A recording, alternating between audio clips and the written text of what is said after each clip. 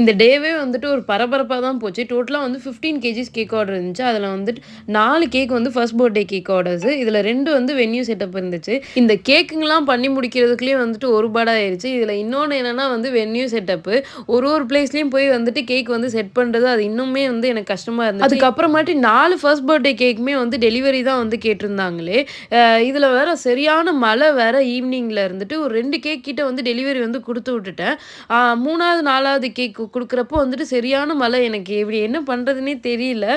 Customer பிளேஸ்லேருந்து cake கொண்டு வரலையா, கொண்டு வரலையான்னு வேற கால் வேற பண்ணிட்டே இருந்தாங்க. அப்புறம் வேகமா கார்ல கிளம்பிட்டு ஒரு கேக் வந்து நான் ஃபோட்டோவே எடுக்கல ஃபர்ஸ்ட் பர்த்டே கேக்கு.